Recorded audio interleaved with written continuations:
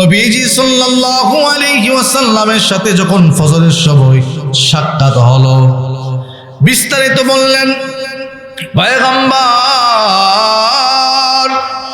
গত রাতে আমি কোরআন তেলাওয়াত করতেছিলাম, যখন কোরআন তেলাওয়াত করি তখনই তো আমার ঘরের ঘোড়াটা লাফায়, তেলাওয়াত বন্ধ করলে লাফালাফিও বন্ধ হয়ে যায়।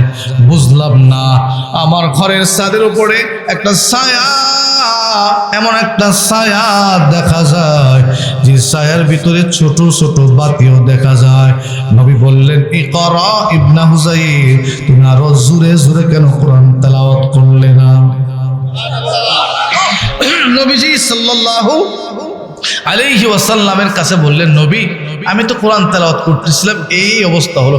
নবী বললেন, আরেকটু কোরআন পড়তে। সাহাবী বলেন, হুজুর আমি তো পড়তেই ছিলাম।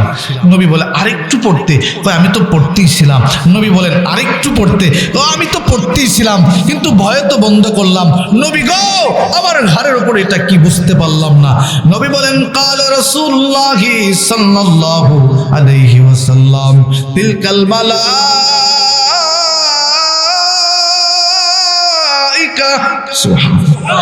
তিলকাল মালাইকাতু কানাত তাসতামিউ লাকা ওয়ালাউ ক্বরাতা লাসবাহাত ইয়ারাহান নাস মা তাসতাতিরু মিনহুম। এই ইবনে হুযাইর, তুমি যে কোরআন তেলাওয়াত করতেছিলে, তোমার কোরআন তেলাওয়াত এত মধুর, তোমার তেলাওয়াত শোনার জন্য রহমতের ফেরেশতা তোমার ঘরটাকে ঘেরাও করে রাখছিল। ইন্নামাল মুমিনুনা আল্লাযীনা ইযা যুকিরাল্লাহু ওয়াজিলাত কুলুবুহুম ওয়া ইযা তুলিয়াত আলাইহিম আয়াতুহু যাদাতুহুম ঈমানা ওয়া আলা রাব্বিহিম ইয়াতাওয়াক্কালুন।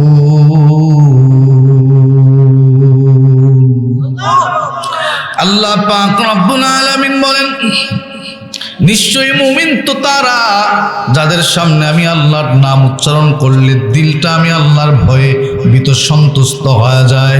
মুমিন তো তারা যাদের সামনে আমি আল্লাহর আয়াতগুলো তেলাওয়াত করলে এই তেলাওয়াতের কারণে আমি আল্লাহ তাদের ঈমানগুলো বাড়ায় দেয়।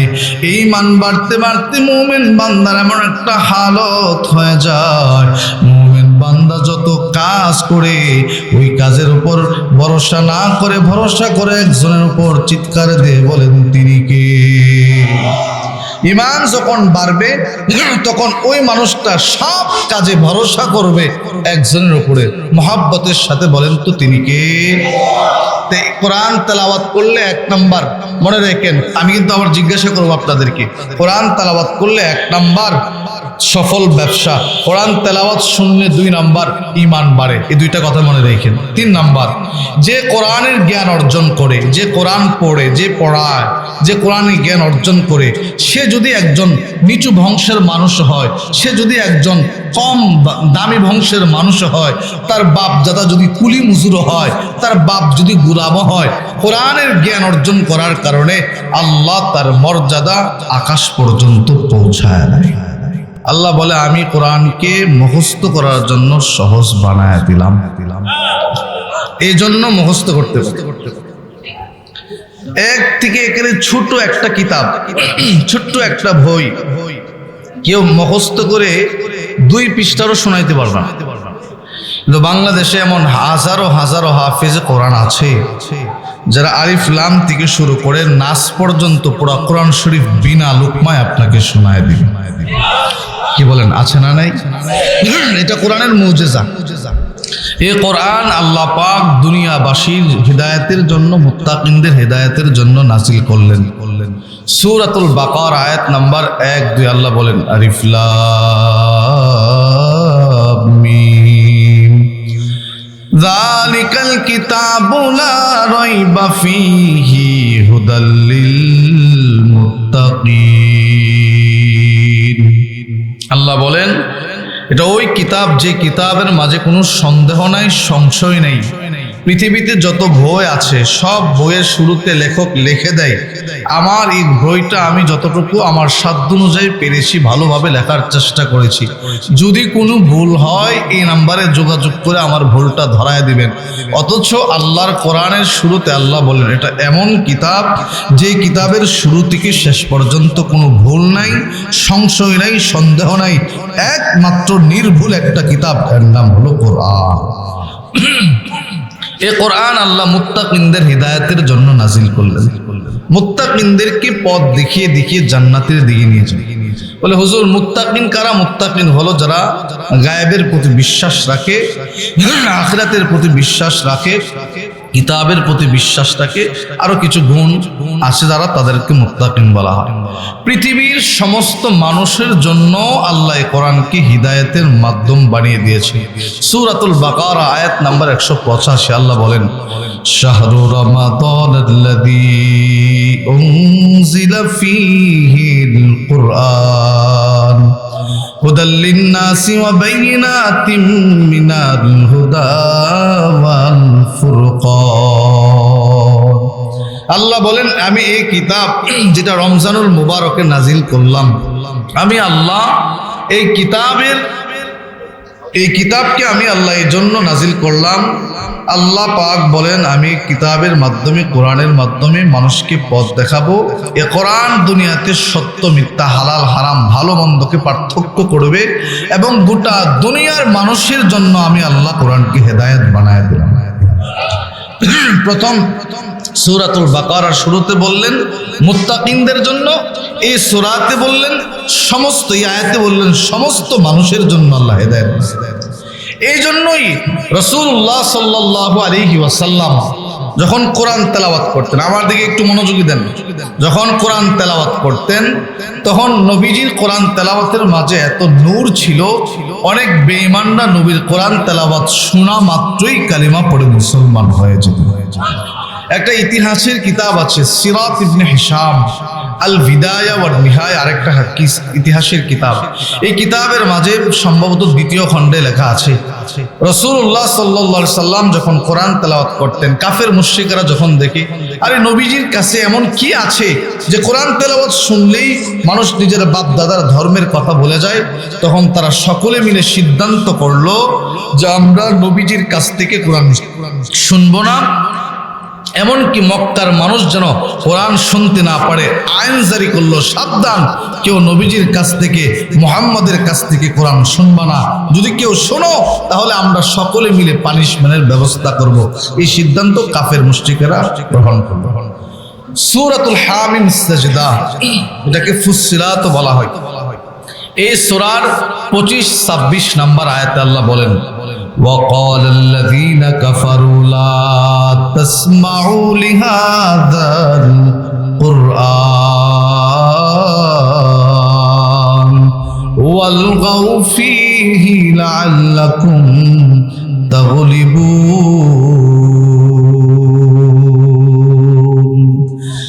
আল্লাহ রাব্বুল আলামিন বলেন কাফেররা একে অপরকে বলে, শোনো, মানুষ যেন নবীর কাছ থেকে কোরআন তেলাওয়াত শুনতে না পারে, এজন্য তোমরা নবীর কাছেও যাইবা না, কোরআন তেলাওয়াত শুনবা না, বরং নবী যখন কোরআন তেলাওয়াত করে তোমরা যে ঢোল তবলা নিয়ে নবীর সামনে হট্টগোল করবা, ঢোল তবলা বাজাইবা, যাতে ঢোল তবলার আওয়াজের কারণে, হট্টগোলের আওয়াজের কারণে মানুষের কর্ণকোহরে কোরআনের আওয়াজ না ঢুকে। কোরআনের আওয়াজ ঢুকলেই তো মানুষ নিজের ধর্ম ত্যাগ করে মুহাম্মাদের ধর্মে চলে যায়।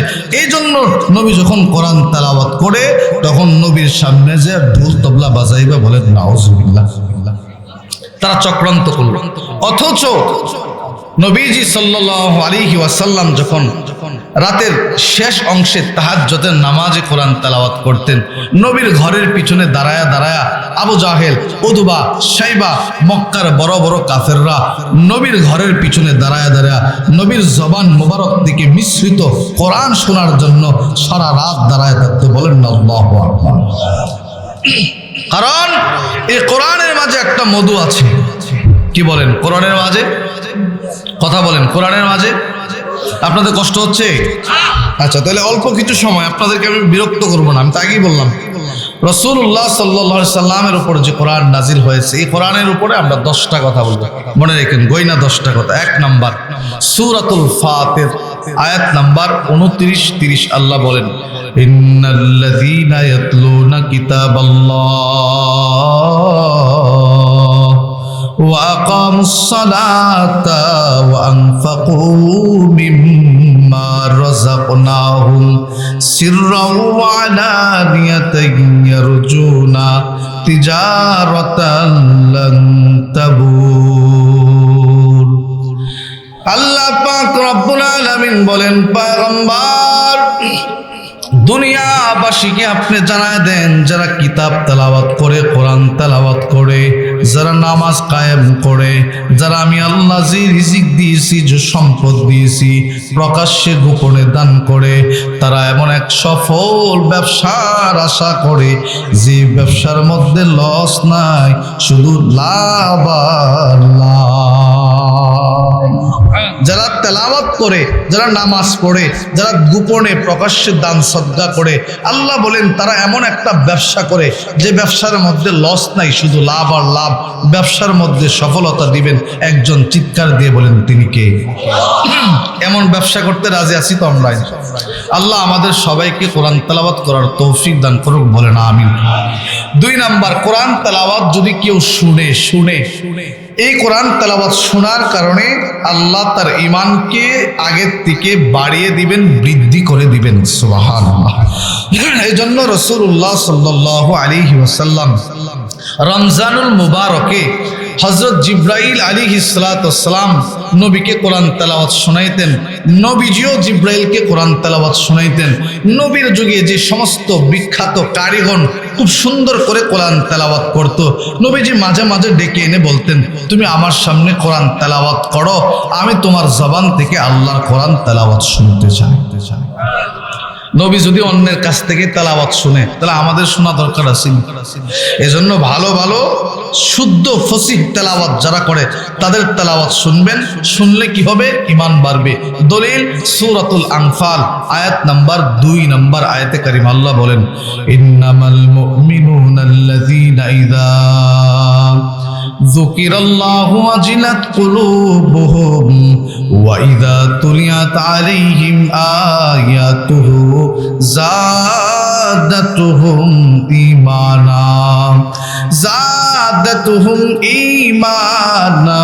ওয়া আলা রাব্বিহিম ইয়াতাওয়াক্কালুন। আল্লাহ পাক রব্বুল আলামিন বলেন, নিশ্চয়ই মুমিন তো তারা যাদের সামনে আমি আল্লাহর নাম উচ্চারণ করলে দিলটা আমি আল্লাহর ভয়ে ভীত সন্তুষ্ট হয়ে যায়। মুমিন তো তারা যাদের সামনে আমি আল্লাহর আয়াতগুলো তেলাওয়াত করলে এই তেলাওয়াতের কারণে আমি আল্লাহ তাদের ঈমানগুলো বাড়ায় দেয়। ঈমান বাড়তে বাড়তে মুমিন বান্দার এমন একটা হালত হয়ে যায়, মুমিন বান্দা যত কাজ করে ওই কাজের উপর ভরসা না করে ভরসা করে একজনের উপর চিৎকার দিয়ে বলেন তিনি কে? ঈমান যখন বাড়বে তখন ওই মানুষটা সব কাজে ভরসা করবে একজনের উপরে, মহব্বতের সাথে বলেন তো তিনি কে?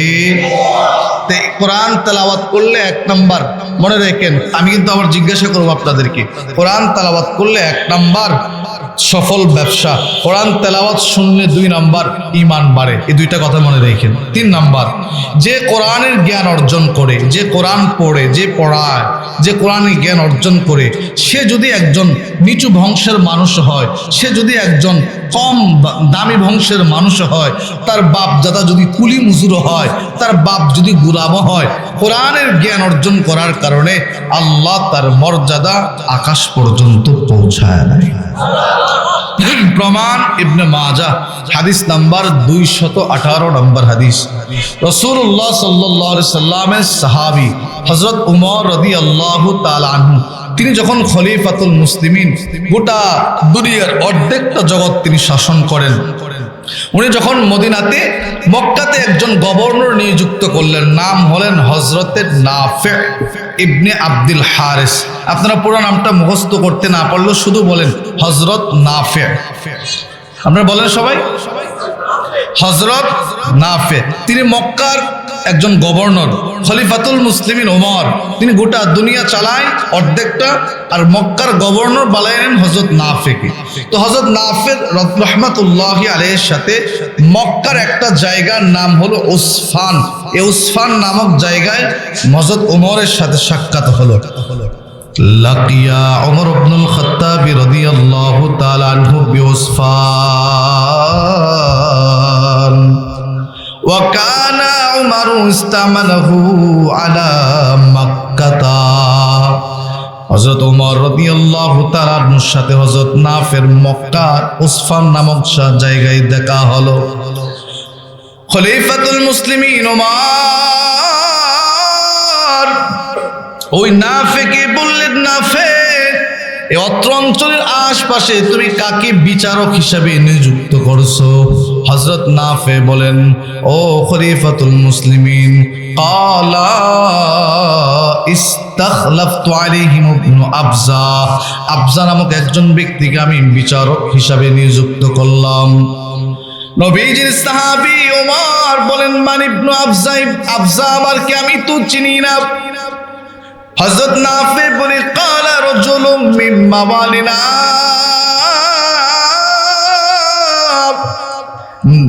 ইবনে আবজা হলো আমাদের মাঝে একজন গোলামের সন্তান, গোলাম, তারে আমি বিচারকের আসনে বসাইলাম।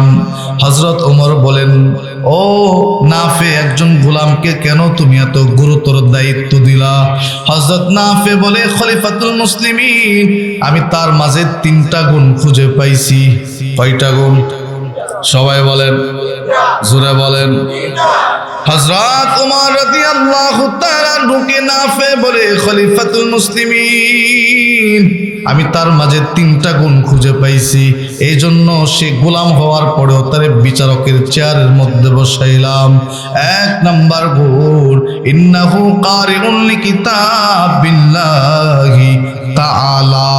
ও খলিফাতুল মুসলিমিন, 1 নাম্বার গুণ হলো তার মাঝে আল্লাহর কোরআনের বড় জ্ঞান আছে, সে কোরআন সম্পর্কে অত্যন্ত বিজ্ঞ মানুষ, বড় আলেম মানুষ, এই জন্য গোলাম হওয়ার পরও আমি তারে বিচারকের আসনে বসায় দিলাম।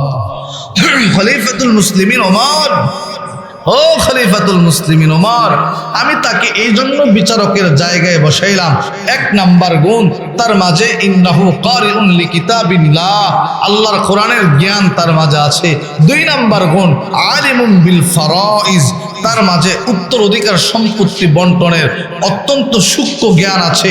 3 নাম্বার গুণ হলো সে কাজী, সে বিচারক ফয়সালার ক্ষেত্রে অত্যন্ত দক্ষতা অর্জনের সাথে সে বিচার ফয়সালা কার্যকর করে। এই 3টা গুণের কারণে একজন গোলাম হওয়ার পরেও আমি তাকে বিচারকের আসনে বসায় দিলাম। এদিকে খেয়াল করেন, এই ভাই এদিকে খেয়াল করেন। হযরত ওমর রাদিয়াল্লাহু তাআলা আনহু বললেন, তুমি কাকে বিচারকের আসনে বসাইলা? হযরত নাফে বলেন, আমি একজন গোলামকে বিচারকের আসনে বসাইলাম। কেন? তার মাঝে কয়টা গুণ আছে? সবাই বলেন, কয়টা?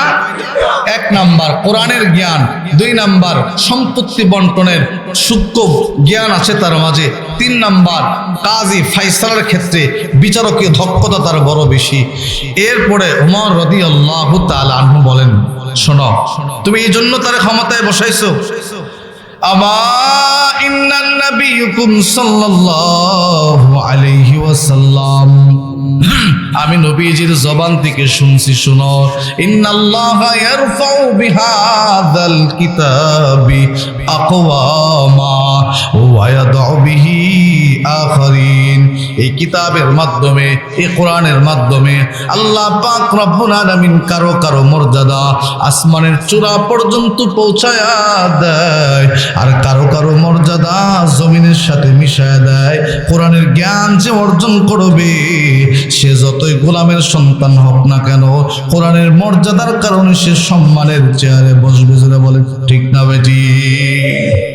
ওমর রাদিয়াল্লাহু তাআলা তাআলা বলে, ঠিক করছো, নবীজি তো বলছেন কোরআনের জ্ঞানের কারণে, এই কোরআনের মাধ্যমে আল্লাহ কারো মর্যাদা উপরে উঠায় দেয়, কারো মর্যাদা মাটির সাথে মিশায় দেয়। যে কোরআনের সাথে বেয়াদবি করবে, যে কোরআনের সাথে চলবে না, কোরআনকে পছন্দ করবে না, তার ইজ্জত থাকতে পারে না। এর জ্বলন্ত প্রমাণ আপনাদের এই থানার নাম কি? রূপগঞ্জ। আচ্ছা, রূপগঞ্জ থানাতে 10 তলা বাড়ি মালিক আছে এমন কয়েক ডজন হবে না? রূপগঞ্জ একবারে শহরের মধ্যে 10 তলা করে বাড়ি, এরকম মানুষ কয়েক ডজন হবে। তো কি বলেন? আপনারা কয়জনের নাম বলতে পারেন? পারবেন? কিন্তু আমাদের এই দেশের একজন ছোট্ট ছেলে গোটা দুনিয়াতে 130টার উপরে রাষ্ট্রে কোরআনের প্রতিযোগিতায় ফার্স্ট হয়েছে। হাফেজ সালেহ আহমদ তাকরিম, একটা হাফেজে কোরআন আছে। এই হাফেজকে কে কে চেনে? একটু হাত তোলান তো দেখি। নারে তাকবীর। আচ্ছা, এই হাফেজে কোরআনের মর্যাদা বাড়াইলো কি? কিসের কারণে? কোরআনের কারণে। আমি টাঙ্গাইল, ওর বাড়ি, ওই হাফেজে কোরআনের বাড়ি টাঙ্গাইল। এই মাসেও আমি টাঙ্গাইলে সফর করলাম, এই গত বুধবারও আমি টাঙ্গাইলে ছিলাম। মধ্যবিত্ত একটা সন্তান, পরিবারের সন্তান, অথচ কোরআন হেফজ করার কারণে, কোরআনের সাথে মেহনত করার কারণে আল্লাহ তার মর্যাদা এত উপর উঠাইছে। শুধু আপনারা নয়, গোটা দুনিয়ার 130টা রাষ্ট্রের মধ্যে প্রতিযোগিতায় ফার্স্ট হয়ে গোটা দুনিয়ার মানুষের সামনে আল্লাহ তার মর্যাদা বাড়ায় দিচ্ছে। তো কোরআন মানুষকে কই উঠায়? আসমানের মতো চোরার মধ্যে উঠায় দেয়, সম্মানের চোর, সর্বোচ্চ চোরা। আমার গত বুধবারে, সম্ভবত গত বুধবারে মাহফিল ছিল রাজশাহী চাপায়। ওই মাহফিলে আমার একেবারে বয়ানের আগে একজন হাফেজে কোরআন তেলাওয়াত করছেন, নাম হলো হাফেজ নাজমুস সাকিব। আপনারা চিনেন তো সবাই? ওই নাজমুস সাকিবও প্রায় 100 কয়টা রাষ্ট্রের উপরে কম্পিটিশনে ফার্স্ট হয়ে বাংলাদেশের পতাকা বিশ্বের মানচিত্রের উপরে উঠেছে।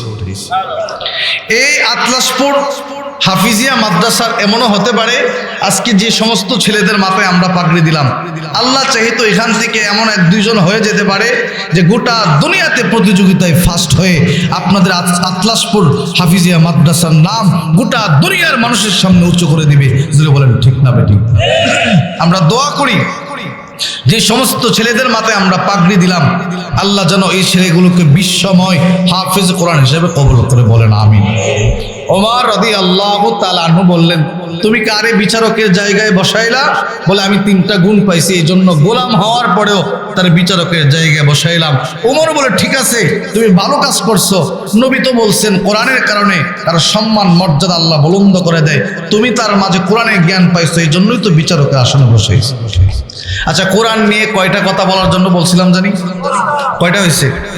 3টা। 4 নাম্বার, নবীজি বলছেন যে কোরআন পড়ে, যে পড়ায়, নবী বলেন সে হলো পৃথিবীর শ্রেষ্ঠ মানুষ। বলেন না সুবহানাল্লাহ।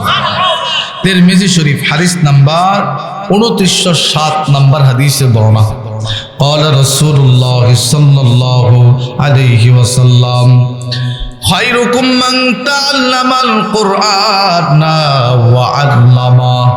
নবীজি সাল্লাল্লাহু আলাইহি ওয়াসাল্লাম বলেন, তোমাদের মাঝে তারাই শ্রেষ্ঠ যারা দুনিয়ার জমিনে কোরআনের জ্ঞান অর্জন করে এবং অন্যকে কোরআন শিখায়, তারাই হলো পৃথিবীর মাঝে শ্রেষ্ঠ।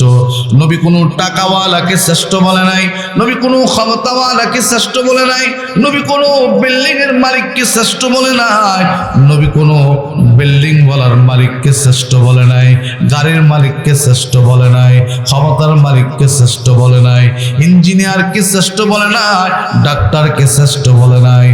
নবী বলেন তারাই শ্রেষ্ঠ যারা দুনিয়ার জমিনে কোরআন পড়ে এবং অন্যকে পড়ায়। আর ডাক্তারের কি সম্মান নাই?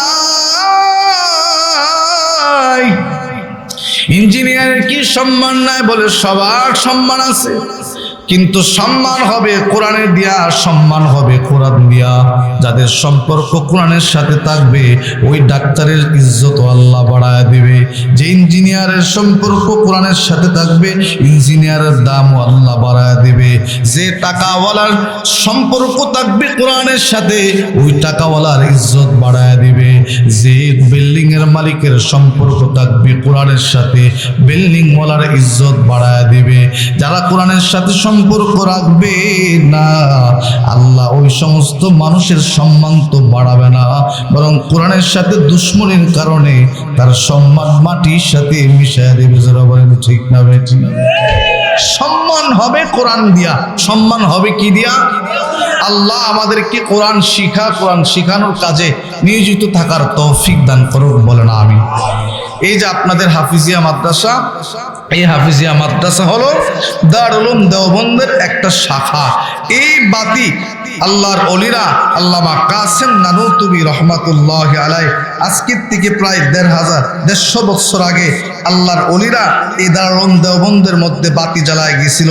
যে বাতি আজকে এখনো এই আতলাসপুর রূপগঞ্জের মাটিতে জ্বলতেছে। আল্লাহর নবী সাহাবীরা যেরকম গোড়া গোটা দুনিয়াতে কোরআন ছড়ায়া দিছিল, ঠিক তেমনি আমাদের আকাবির আসসাফরা চিন্তা করলো এই দেশের মানুষকে যদি কোরআন শিখাইতে চায়, সরকারি অনুদান ছাড়া কিছু মানুষ, কিছু মাদ্রাসা প্রতিষ্ঠান আমরা করে যাব, যে প্রতিষ্ঠানের সাথে মানুষের সম্পর্ক থাকবে, ভালোবাসা থাকবে, দান দক্ষিণা থাকবে, চোখের পানি থাকবে। এই মাদ্রাসা থেকে মুফতি হবে, এই মাদ্রাসা থেকে মুহাদ্দিস হবে, এই মাদ্রাসা থেকে আলেম হবে। এই আলেম মুহাদ্দিস মুফতিরা এই জাতির লাহাবরি করে মানুষকে জান্নাতের পথ দেখায় দিবে। কি বলেন, হচ্ছে কিনা? আচ্ছা, আপনারা যারা আগে কুপি দেখছেন, যারা ছোট বাচ্চা তারা তো নাও দেখতে পারে, আপনারা যারা আছেন আগে কুপি তো চিনেন, কুপি যেখানে বাতি জ্বালানো হয়। এখানে বাতি জ্বালানোর পরে এখান থেকে যদি অন্য কেউ বাতি নেই, তাহলে কি কুপির বাতি কমে যাবে না আগের মতোই থাকবে? এভাবে যদি আরো 100 কুপিতে বাতি নেই, তাহলে কি বাতি কমবে? ঠিক তেমনি দারুল উলুম দেওবন্দ মাদ্রাসা থেকে আমাদের আকাবিররা যে বাতি জ্বালিয়েছিল, এই বাতি আজকে আল্লাহ পাক গোটা দুনিয়াতে ছড়ায় দিছে, আনাসে কানাসে। আমাদের সভাপতি সাহেব অ্যাডভোকেট এম.এ. আকরাম ভাই, ওনার বয়স তো মোটামুটি 60 বছর হবে, 57। আচ্ছা আচ্ছা, ওনাকে জিজ্ঞাসা করেন তো এখন যে পরিমাণ মাদ্রাসা আমাদের আশপাশে আছে, আজকের থেকে 20-30 বছর আগে এত মাদ্রাসা ছিল? ছিল না। না থাকার কারণে ছিল না, এত আলেমও ছিল না, এত মুফতি ছিল না, এত মুহাদ্দিস ছিল না। আল্লাহর মেহেরবানিতে এখন মাদ্রাসা বাড়ার কারণে হাফেজও বাড়তেছে, আলেমও হচ্ছে। আর আমার এই দেশের সোনার চেহারা গোটা দুনিয়াতে প্রতিযোগিতায় ফার্স্ট হয়ে, আমরা যদিও ক্রিকেট খেলায় চ্যাম্পিয়ন হতে না পারে, ফুটবল খেলায় চ্যাম্পিয়ন হতে না পারে, আল্লাহর কোরআন দিয়ে গোটা দুনিয়াতে আমরা চ্যাম্পিয়ন হয়েছি। জোরে বলো মুসলমান আল্লাহু আকবার। কি বলেন, ঠিক না বেঠিক? এই বাতি জ্বালাইছে দারুল উলুম দেওবন্দের মুফতি মুহাদ্দিসরা, আল্লামা কাসেম নানুতুবিরা। ইলমু হুনার কা গেহওয়ারা तारीख से पारा है, हर फूल एक शोला है, हर सर्वी हामी नारा है। इल्म हुनर का गहवारा तारीख से पारा है, हर फूल एक शोला है, हर सर्वे हामी नारा है। ए आज़्म हुसैन हमद से बापा हंगामाए गिरोदारी हा, हे आज़्म हुसैन अहमद से बापा हंगामाए गिरोदारी हा, शाखों के लचक बन जाती है, शाखों के लचक बन जाती है, बातिल के लिए तलवारें इल्म हुनर का गहवारा तारीख से पारा है, हर फूल एक शोला है, हर सर्वे मिला रहे। এই আল্লাহর ওলিরা যে বাগান জোড়ায় গেছেন, যে পেয়ালা আল্লাহর ওলিরা তৈরি করে গেছেন, এই পেয়ালার থেকে পানি পান করে করে যুগ শ্রেষ্ঠ আল্লাহর ওলি তৈরি হয়েছে। জোরে বলেন না সুবহানাল্লাহ। ইমদাদুর রশিদ আশরাফ কা এ কুলজুম ইরফা পে লেগা। इमदादुर रशीद अशरफ का ए कुलजुम इरफा पीली गाए शजराए तय्यब पीला है, ए शजराए तय्यब पीला है, ता उसात इनका पीलेगा। इल्म हुनर का गिहवारा तारीख से पारा है, हर फूल हायक शोला है, हर सर्वे हामिदारा है। কষ্ট হচ্ছে আপনাদের? শেষ করে দিব। রাসূলুল্লাহ সাল্লাল্লাহু আলাইহি সাল্লাম বললেন যে তোমাদের মাঝে শ্রেষ্ঠ তারা যারা কোরআন পড়ে এবং পড়ায়। 4 নাম্বার কথা। 5 নাম্বার কথা, একেবারে শেষ পর্যায়ে যাচ্ছি আমরা। কোরআন এমন এক কিতাব, যে কিতাব মহব্বতের সাথে যদি একটা অক্ষর কেউ পড়ে, তার আমল নামায় আল্লাহ 10টা নেকি উঠায় দেয়। তিরমিজি শরীফ হাদিস নাম্বার 2910 নাম্বার হাদিসের বর্ণনা। قال رسول الله صلى الله عليه وسلم من قرأ القرآن, আল্লাহর নবী বলেন, এই উম্মত শোনো, আমার উম্মত যদি কেউ একটা কোরআনের একটা বক্কর পড়ে, একটা বক্কর, মান করা হারফান মিন কিতাবিল্লাহি ফালাহু হাসানা ওয়াল হাসানাতু বিআশরি আমসালিহা। আল্লাহ পাক তার জন্য সওয়াবের ব্যবস্থা রাখছেন, বলে একটা অক্ষর পড়লে 10টা নেকি। নবীজি সাল্লাল্লাহু আলাইহি ওয়াসাল্লাম বলেন, লা কুলু আলিফ লাম মিম, আমি নবী কথা বলবো না। আলিফ লাম মিম 3টা হরফ মিলে একটা হরফ হবে, বরং আমি নবী বলবো ওয়ালাকিন আলিফুন হরফুন, লামুন হরফুন, মিমুন হরফুন। আলিফ একটা আলাদা হরফ, লাম একটা আলাদা হরফ, মিম একটা আলাদা হরফ। এই 3টা অক্ষর মিলে আলিফ লাম মিম, এতটুকু শব্দ যদি কোনো আমার উম্মত পড়ে, আল্লাহ পাক তার আমল নামায় 30টা নেকি উঠায় দিবে। কোরআন পড়বো তো ইনশাআল্লাহ। আচ্ছা, গত রমজান থেকে এই রমজান, এই যে সামনে তো রমজান চলে আসছে, গত রমজান থেকে এই পর্যন্ত কে কে এক কোরআন খতম দিয়েছেন? একটু মেহেরবানি করে হাত উঠান তো। এক খতম দিছো তুমি? না বুঝে হাত উঠিস। আচ্ছা বলেন, গত রমজান থেকে এই পর্যন্ত এক কোরআন খতম দিয়েছেন? একখানা খতম, হাত উঠান। দেখেন এতগুলো মানুষ, মাশাআল্লাহ। এই মজমাতে একজন পাওয়া গেছে। আল্লাহ আপনার কোরআন খতমকে কবুল করুক, বলেন আমিন। আচ্ছা বলেন তো ভাই, আমাদের সবার পড়া দরকার আছিল কিনা? আমরা মুসলমান, আমরা বুঝি এটা আল্লাহর কোরআন, এটা পড়লে সওয়াব হয়। আমরাই যদি না পড়ি, এই কোরআন কি হিন্দুরা পড়বে? জোরে বলেন। এই কোরআন কি বুদ্ধরা পড়বে? খ্রিস্টানরা পড়বে? ইহুদিরা পড়বে? পড়বে কে? মুসলমান। বলেন পড়বে কে? আল্লাহ আমাদের এখানে যারা আছেন প্রত্যেক ভাইকে সহি শুদ্ধ করে কোরআন পড়ার তৌফিক আল্লাহ আপনি দান করেন, বলেন আমিন। ইনশাআল্লাহ কোরআন পড়বো তো। সহিহ বুখারী হাদিস নাম্বার 5 নাম্বার 6 নাম্বার, সহিহ বুখারী হাদিস নাম্বার 5427 নাম্বার হাদিসে বর্ণনা। নবী বলেন, যে মুসলমান, যে মুমিন কোরআন পড়ে, তার কাছ থেকে রহমত ছড়ায়, ঘ্রাণ ছড়ায়। যে মুসলমান কোরআন পড়ে না, তার কাছ থেকে ঘ্রাণও ছড়ায় না, রহমতও ছড়ায় না। ক্বালা রাসূলুল্লাহ সাল্লাল্লাহু আলাইহি ওয়াসাল্লাম, মাসালুল মুমিনি আল্লাযী ইয়াকরাউল কুরআন কামাসালিল উতুরুজ্জাতি রিহুহা তাইয়িবুন ওয়া তা'মুহা তাইয়িবুন। নবী বলেন, শোনেন, যে উম্মত, আমার উম্মত ঈমান আনার পরে কোরআন তেলাওয়াত করে, তার উদাহরণ হলো উতুরুজ্জা ফলের মতো। যে উম্মত কোরআন তেলাওয়াত করে, এদিকে খেয়াল করেন, যে উম্মত কোরআন তেলাওয়াত করে তার উদাহরণ হলো উতরুজ্জা ফল। উতরুজ্জা ফল কাকে বলে? উতরুজ্জা ফলের বৈশিষ্ট্য হলো সে খেতে বাড়ে মজা, তার ঘ্রাণ বড় চমৎকার, কমলা লেবুর মতো অনেকটাই, কমলা লেবু না। নবী বলেন এটা এমন একটা ফল যে ফলের ঘ্রাণও মজা, খেতেও মজা। মুমিন তার দিলে ঈমান আনার কারণে তার মাঝে তো মিষ্টতা আছে, কিন্তু মুমিন যদি ঈমান আনার পরে কোরআন তেলাওয়াত করে তার তেলাওয়াতের কারণে উতরুজ্জা ফলের মতন রহমত ছড়ায়। সুবহানাল্লাহ। আর যে মুমিন কোরআন পড়ে না তার উদাহরণ নবী বলেন আল্লাযী লা ইয়াকরাউল কুরআন কামাসালিত তামরাতি রিলা রিহালাহা। আল্লাহর নবী বলেন যে মুমিন ঈমান আনার পর কোরআন তেলাওয়াত করে না, কোরআন পড়ে না, তার উদাহরণ হলো খেজুরের মতো।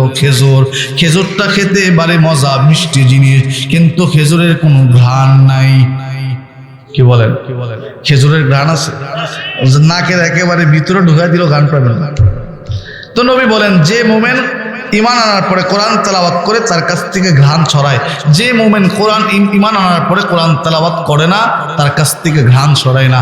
আল্লাহ আমার এই ভাইদেরকে কোরআন তেলাওয়াত করার তৌফিক দান করিও, বলেন আমিন।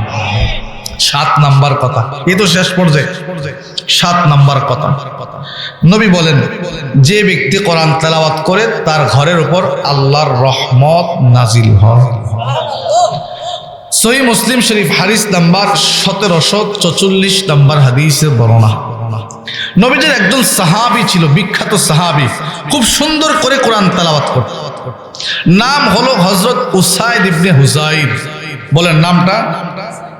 উসাইদ ইবনে, বলেন উসাইদ, সবাই বলেন ইবনে হুযাইর রাদিয়াল্লাহু আনহু। তিনি একদিন, আমার প্রতি মনোযোগ আছে আপনাদের?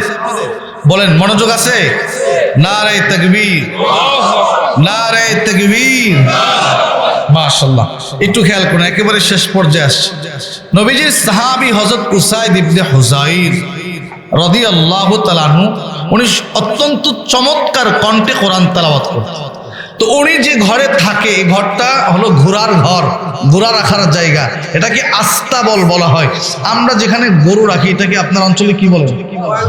গোয়াল ঘর। কিন্তু উনি যেখানে ঘোড়া রাখেন ওই ঘরটা হলো আস্তাবল। ওই এক পাশে ঘোড়া রাখেন, আর এক পাশে উনি এবং ওনার ছোট বাচ্চা ওই পাশে ঘুমায়। তো উনি একদিন রাতের বেলা কোরআন তেলাওয়াত করতেছে। আল্লাহর নবীর সাহাবী, তিনি রাতের বেলা কোরআন তেলাওয়াত করতেছে। আল্লাহর নবীর সাহাবী যখন কোরআন তেলাওয়াত করে, ফি মিরবাদিহি, আস্তাবলের মাঝে যখন তিনি কোরআন তেলাওয়াত করতেছে, তখনই ফাইযা ফারসুহু ফাকরা। নবীজির সাহাবী যখন কোরআন তেলাওয়াত করে, এমন সময় পাশের ঘোড়াগুলো লাফায় লাফায় ওঠে। উনি যখন কোরআন তেলাওয়াত করে, পাশে যে ঘোড়া আছে ঘোড়াটা লাফায়। আবার যখন কোরআন তেলাওয়াত বন্ধ করে, ঘোড়ার লাফালাফিও বন্ধ হয়ে যায়। উনি আশ্চর্য হয়ে গেল, কোরআন তেলাওয়াতের সাথে ঘোড়ার লাফানির সম্পর্কটা কি তা তো বুঝলাম না। উনি ভয়ে এত জোরে লাফাচ্ছিল, উনি বলে আমি তো ভয় পাচ্ছিলাম ঘোড়ার লাফালাফির কারণে ঘোড়ানি আইসা আমার ছোট বাচ্চা ইয়াহিয়ার উপর পড়ে যায়, আমার বাচ্চাটা নিয়ে মারা যায় অথবা ব্যথা পায়, এই ভয়ে আমি কোরআন তেলাওয়াত বন্ধ করলাম। উনি এটাকে পর্যবেক্ষণ করার জন্য ঘর থেকে বের হলেন। ঘর থেকে বের হয়ে ওনার ঘরের ছাদের উপরে খেয়াল করলেন, লক্ষ্য করলেন, দেখেন আকাশের মেঘাখণ্ডের মতো একটা ছায়া ওনার ঘরটাকে ঘেরাও করে রাখছে। জোরে বলেন না। এই মেঘাখণ্ডের ভিতরে ছোট ছোট বাতি দেখা যায়। উনি তো আরো ভয় পেয়ে গেলেন, পুরো আশপাশের ঘরে কারো উপরে ছায়া নাই, আমার ঘরের উপরে ছায়া কেন? উনি যখন কোরআন তেলাওয়াত করে ঘোড়া লাফায়, তেলাওয়াত বন্ধ করে দেয়, লাফালাফিও বন্ধ হয়ে যায়। এই ভয়ে উনি কোরআন তেলাওয়াত বন্ধ করে অপেক্ষা করলেন ফজরের নামাজের আজান কখন হবে, নবীজি সাল্লাল্লাহু আলাইহি ওয়াসাল্লামের সাথে কখন সাক্ষাৎ করব, নবীকে জিনিসটা জানাবো। নবীজি সাল্লাল্লাহু আলাইহি ওয়াসাল্লামের সাথে যখন ফজরের সময় সাক্ষাৎ হলো, বিস্তারিত বললেন, পয়গম্বর গত রাতে আমি কোরআন তেলাওয়াত করতেছিলাম, যখন কোরআন তেলাওয়াত করি তখনই তো আমার ঘরের গোড়াটা লাফায়, তেলাওয়াত বন্ধ করলে লাফালাফিও বন্ধ হয়ে যায়। বুঝলাম না, আমার ঘরের ছাদের উপরে একটা ছায়া, এমন একটা ছায়া দেখা যায় যে ছায়ার ভিতরে ছোট ছোট বাতিও দেখা যায়। নবী বললেন, ইকরা ইবনা হুযাইর, তুমি আরো জোরে জোরে কেন কোরআন তেলাওয়াত করলে না? নবীজি সাল্লাল্লাহু আলাইহি ওয়াসাল্লামের কাছে বললেন, নবী আমি তো কোরআন তেলাওয়াত করতেছিলাম, এই অবস্থা হলো। নবী বললেন, আরেকটু কোরআন পড়তে। সাহাবী বলেন, হুজুর আমি তো পড়তেই ছিলাম। নবী বলে, আরেকটু পড়তে? কয় আমি তো পড়তেই ছিলাম। নবী বলেন, আরেকটু পড়তে? আমি তো পড়তেই ছিলাম, কিন্তু ভয়ে তো বন্ধ করলাম। নবী গো, আমার ঘাড়ের উপর এটা কি বুঝতে পারলাম না। নবী বলেন, কালা রাসূলুল্লাহি সাল্লাল্লাহু আলাইহি ওয়াসাল্লাম, তিলকাল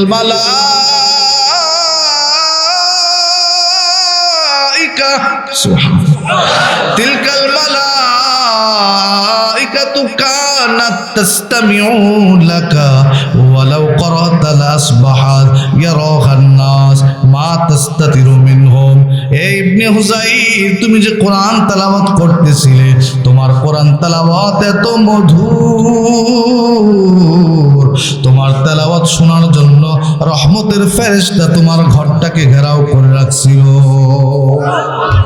তুমি যে রাতের বেলা দেখছিলা তোমার ঘরের উপরে রহমত কি একটা ছায়া দেখা যায়, এটা ভয় পাওয়ার কিছু নাই। রহমতের ফেরেশতারা তোমার তেলাওয়াত শোনার জন্য তোমার ঘরের উপরে চলে আসছিল। তুমি যদি ফজর পর্যন্ত কোরআন তেলাওয়াত করতে, ফজর পর্যন্ত তারা দাঁড়ায় দাঁড়ায় কোরআন তেলাওয়াত শুনতো। ফজরের নামাজের সময় মুসল্লিরা যখন নামাজ পড়তে আসতো, তখন তারা স্বচক্ষে ফেরেশতাদেরকে দেখতে পাইত। তেলাওয়াত করলে রহমত আসেনিও? আমাদের ঘরের ভিতরে কোরআন তেলাওয়াত আছে। এতগুলো মানুষ, আমরাই তো কোরআন পড়ি না। একটা সময় এমন ছিল ফজরের নামাজের পরে সূরা ইয়াসিনের তেলাওয়াত আসতো। একটা সময় এমন ছিল মাগরিবের নামাজের পরে সূরা ওয়াকিয়ার তেলাওয়াত আসতো। একটা সময় এমন ছিল আমাদের মা বোনরা, আমাদের মেয়েরা, আমাদের দাদিরা ফজরের পরে, মাগরিবের পরে, রমজান মাসে গুনগুন গুনগুনায়া কোরআন তেলাওয়াত করতো। তখন আল্লাহর রহমত ছিল। এখন দুনিয়ার সব আছে, শুধুমাত্র মুসলমানদের ঘরে আল্লাহর কোরআনের তেলাওয়াত নাই। এই জন্য দুনিয়ার সব আসবাবপত্র পাওয়ার পরেও মুসলমানদের ঘরে এখন আর শান্তি নাই। ঘরের ভিতরে কোরআন তেলাওয়াত জারি করবেন কে কে? একটু হাত জাগান। নারে তাকবীর। আল্লাহ, এই যে তোমার বান্দার হাত উঠাইছে, প্রত্যেকের কোরআন তেলাওয়াত করার তৌফিক দিও। আমার মা বন্ধুদেরকেও কোরআন তেলাওয়াত করার তৌফিক দান করে বলেন আমিন। নিজে শিখবেন, বিবিকেও শিখাইবেন, মেয়েকেও কোরআন শিখাইবেন। আমার অত্যন্ত শ্রদ্ধেয় বড় ভাই, বন্ধু মানুষ হযরত মাওলানা শফিকুল ইসলাম ভাই আছেন এখানে। এই যে শফিক ভাই আছেন, উনি একটা মহিলা মাদ্রাসা দিয়েছে। এই মাদ্রাসার মধ্যে হেফজ বিভাগ রাখছে, মেয়েদের হেফজ বিভাগ, অর্থাৎ মেয়েরা হাফেজ হওয়ার মতো একটা সুবিধা। আপনাদের এখানে তো ছেলেরা হাফেজ হবে, আপনাদের মেয়েদেরকেও এখানে ভর্তি করায় দিবেন। ইনশাআল্লাহ দেখবেন আপনার মেয়েও কোরআনে হাফেজ হয়ে যাবে। আমার 4 শালি। কয় শালি? 4 শালি। শালাও নাই, সম্বন্ধীও নাই, কেউ নাই, 4 শালি। এর মধ্যে 3 নাম্বার শালিটা 6 মাসে হাফিজ হয়ে গেছে। মেয়ে আমি হাফিজ হইতে 2 বছর লাগছে, কিন্তু আমার শালি হাফিজ হইতে 2 বছর লাগে না, 6 মাসে হাফিজ হয়ে গেছে। বলা যায় না তো, আপনার মেয়েটারে দিয়ে দেখেন না, মেয়েটা কখন খুলে যায় বলা যায় না। এজন্য ঘরের ভিতরে কোরআন তেলাওয়াত জারি করবো তো ইনশাআল্লাহ। আচ্ছা, আগামী রমজানে কে কে 5 খতম দিবেন? হিম্মত আছে, একটু হাত জাগান। 5টা খতম একজন। হুজুররা দিবেন না? হাত জাগান। আল্লাহ আল্লাহ হুজুরের হায়াতের মধ্যে বরকত দান করুন, আমিন। সভাপতি সাহেব হাত জাগান, চেষ্টা করবেন। একটা দেন, নিয়ত করে এবার 2টা 3টা দেবেন ইনশাআল্লাহ। কোরআন তেলাওয়াত করবো তো ভাই। আচ্ছা, কোরআন তেলাওয়াত করলে ঘরে কি আসবে? আমাদের ঘরে রহমত নাই কেন? কোরআন তেলাওয়াত নাই তো। আচ্ছা, আপনাদের কষ্ট হইতেছে? হ্যাঁ, আচ্ছা কয়টা বললাম? 7টা। 8 নাম্বার, কোরআনওয়ালাদেরকে সম্মান দিবেন। কোরআনওয়ালাদেরকে সম্মান দিলে আল্লাহকে সম্মান দেওয়া হয়। সুবহানাল্লাহ বলেন। আবু দাউদ শরীফ হাদিস নাম্বার 4843 নাম্বার হাদিসে বর্ণনা। قال رسول الله صلى الله عليه وسلم ইন্না মিন ইজলালিল্লাহি তাআলা, নবীজি বলেন তিন শ্রেণীর মানুষদেরকে সম্মান দিলে আল্লাহকে সম্মান দেওয়া হয়। এক নাম্বার ওয়া ইকরামাদিশ শাইবাতিল মুসলিম, বৃদ্ধ মুসলমানকে সম্মান দিলে আল্লাহকে সম্মান দেওয়া হয়। যে মুসলমান নামাজ পড়তে পড়তে ইবাদত করতে করতে কালো চুলগুলো সাদা হয়ে যায়, নবী বলেন এমন বৃদ্ধ মুসলমানকে সম্মান দিলে আল্লাহকে সম্মান দেওয়া হয়। দুই নাম্বার হামিলে কুরআন, হামিলে কোরআন যারা হবে তাদেরকে সম্মান দিলে কোরআনের রক্ষণাবেক্ষণা যারা করবে, হাফেজে কোরআনদেরকে, আলেমে কোরআনদেরকে যারা সম্মান দিবে, নবী বলেন তাদেরকে সম্মান দিলেই আল্লাহকে সম্মান দেওয়া হয়। তিন নাম্বার ওয়াইকরামাদিস শাইখ ওয়াইকরামাদিস সুলতানিল মুকসিতি, নেককার ন্যায়নিষ্ঠবান বাদশাকে সম্মান দিলেই আল্লাহকে সম্মান দেওয়া হয়। কেন? কোরআনওয়ালারা হলো আল্লাহর খাস লোক। কোরআনওয়ালারা হলো আল্লাহর, বলেন কোরআনওয়ালারা হলো আল্লাহর। ইবনে মাজাহ হাদিস নাম্বার 215 নম্বর হাদিসে বর্ণনা, قال رسول الله صلى الله عليه وسلم, নবী বলেন ইন্না লিল্লাহি আহলিনা মিনান নাস, আল্লাহর নবী বলেন কিয়ামতের ময়দানে আল্লাহ পাক কোরআন ওয়ালাদেরকে স্পেশাল সম্মান দেওয়া হবে। দুনিয়ার জমিনে এমন কিছু মানুষ আছে যারা আল্লাহর পরিবারভুক্ত। সাহাবীরা বলেন পয়গম্বর, আমরা তো জানি আল্লাহর ছেলে নাই, মেয়ে নাই, বিবি নাই, বাচ্চা নাই, মা নাই, বাবা নাই, কেউ নাই। কুল হু আল্লাহু, যারা বলেন আল্লাহর কেউ নাই, আল্লাহ এক। আল্লাহর পরিবারভুক্ত হলো কেমনি? কে আল্লাহর পরিবারভুক্ত? নবী বলেন হুম আহলুল কুরআনি আহলুল্লাহি ওয়া খাসা, দুনিয়ার জমিনে যারা কোরআন ওয়ালা হবে, হাফেজ হবে, আলেম হবে, কোরআনের সাথে সম্পর্ক রাখবে, কোরআন তেলাওয়াত করবে, আল্লাহর নবী বলেন তারাই আল্লাহর পরিবারভুক্ত। সুবহানাল্লাহ। এক ব্যক্তি আপনাদের এলাকার, মনে করেন আমাদের শেখ হাসিনা আফা যিনি চলে গেছে, ওনার সাথে একটা ভালো সম্পর্ক। ওই হুজুর ওনাকে চিনেন? না আমরা চিনি না। আরে উনি শেখ হাসিনার একেবারে কাছের মানুষ। কি বলেন, বলে কি না? আল্লাহর নবী বলেন যারা কোরআন পড়ে, যারা কোরআন পড়ায়, যারা কোরআনের সাথে সম্পর্ক রাখে, তারা আল্লাহর একেবারে কাছের মানুষ। সুবহানাল্লাহ। কিয়ামতের ময়দানে কোরআনওয়ালাদেরকে, হাফেজ কোরআনদেরকে স্পেশাল সম্মান দেওয়া হবে। তিরমিজি শরীফ হাদিস নাম্বার 2905 নম্বর হাদিস। আল্লাহ পাক হাফেজ কোরআনকে স্পেশাল 10 জনকে সুপারিশ করে জান্নাতে নেওয়ার ক্ষমতা আল্লাহ দান করবেন। قال رسول الله صلى الله عليه وسلم من قرأ القرآن واستظهره فأحل حلاله وحرم حرامه أدخل الله به الجنة وشفعه في 10 من أهل بيته। আল্লাহর নবী বলেন কিয়ামতের ময়দানে আল্লাহ পাক বলবেন, এ হাফেজ কোরআন, আমি আল্লাহ তোকে আজকে নিজের জিম্মায় জান্নাতে ঢুকায় দেব এবং 10 জন ব্যক্তিকে সুপারিশ করার জন্য অনুমতি দিব। কোন 10 জন? নবী বলেন কুল্লুহুম ওয়াজাবাত লাহুম নার, যাদের উপরে জাহান্নাম ওয়াজিব হয়ে যাবে। আল্লাহ বলবেন হাফেজ কোরআন, যাও আমি আল্লাহ তোমারে অনুমতি দিয়ে দিলাম, তুমি দেখে দেখে 10 জনকে আমার কাছে সুপারিশ করে আমি আল্লাহর তরি জান্নাতে নিয়ে যাও। 10 জনকে জান্নাতে নিয়ে যাও। কিয়ামতের দিন হাফেজে কোরআনকে বলা হবে। আবু দাউদ শরীফ হাদিস নাম্বার 1463 নম্বর হাদিসে বর্ণনা, নবী বলেন, আল্লাহর নবী বলেন কিয়ামতের ময়দানে কোরআনওয়ালাদেরকে আল্লাহ ডেকে বলবেন, ইকরা, এ হাফেজে কোরআন তোমরা পড়ো, ও কোরআনওয়ালারা পড়ো। ইকরা ওয়ারতাকি ওয়ারাত্তিল কামা কুনতা তুরাত্তিলু ফিদ দুনিয়া ফাইন্না মানজিলাকা ইনদা আখিরি আয়াতিন। নবী বলেন কিয়ামতের দিন কোরআনওয়ালাকে বলা হবে, ও কোরআনওয়ালারা তোমরা পড়ো, পড়তে থাকো আর চড়তে থাকো, পড়তে থাকো আর উপরে উঠতে থাকো, পড়তে পড়তে যেখানে কোরআন পড়া তোমার শেষ হবে, জান্নাতে তোমার সেখানেই ঠিকানা হবে। কোরআনের আয়াত কয়টা বলেন তো? বলেন, সবাই বলেন। 6600 মানে 66666, এই তো 6000। এই গণনাটা কিন্তু সহজ, এই জন্য আমরা মনে রাখতে সুবিধা, 6666। কিন্তু বিশুদ্ধ, আমার সাথে বলেন, এই যে 6666, এই যে কথাটা, এটা বলেন প্রসিদ্ধ। আমার সাথে বলেন, বলেন সবাই, প্রসিদ্ধ 6236, এই কথাটা বিশুদ্ধ। সুবহানাল্লাহ। আপনারা কোনটা মানবেন, প্রসিদ্ধ না বিশুদ্ধ? গয়না দেখছেনি কোনো সময় 6666, মানে শুনে আসছি জন্মের পর থেকে, আমরা বললাম গণে যা দেখেন, না হলে হুজুরদেরকে সাথে নিয়ে। তো হাফেজে কোরআনকে বলা হবে আপনি পড়বে। হাফেজে কোরআন পড়তে পড়তে যেখানে তার পড়া শেষ হবে সেখানেই তার জান্নাতের ঠিকানা হবে। কোরআন বলার সম্মান শুধু দুনিয়াতে না, আখিরাতেও। কোরআন বলার সম্মান শুধু দুনিয়াতে না, কবরেও। রাসূলুল্লাহ সাল্লাল্লাহু আলাইহি সাল্লাম উহুদের যুদ্ধে একই কাফনের কাপড়ে দুইজন ব্যক্তিকে কবর দিতেন, কাফন করতেন। কাপড়ের সংকট হওয়ার কারণে একজনকে আলাদা আলাদা কবর দেওয়ার মতো কাপড় ছিল না, কাফন ছিল না। নবী একটা কাফনের ভিতরে দুইজনকে দাফন করতেন। নবী বলতেন এই দুইজনের মাঝে কোরআন কে বেশি পড়তে পারতো। সাহাবীরা যদি বলতো উনি বেশি পড়তে পারতো, তো ওনাকে আগে কাফনের মধ্যে ঢুকাইতেন, পরে অন্যকে ঢুকাইতেন। এর মানে কোরআন বলার সম্মান শুধু জীবিত থাকতে নয়, কোরআন বলার সম্মান কবরে গেল।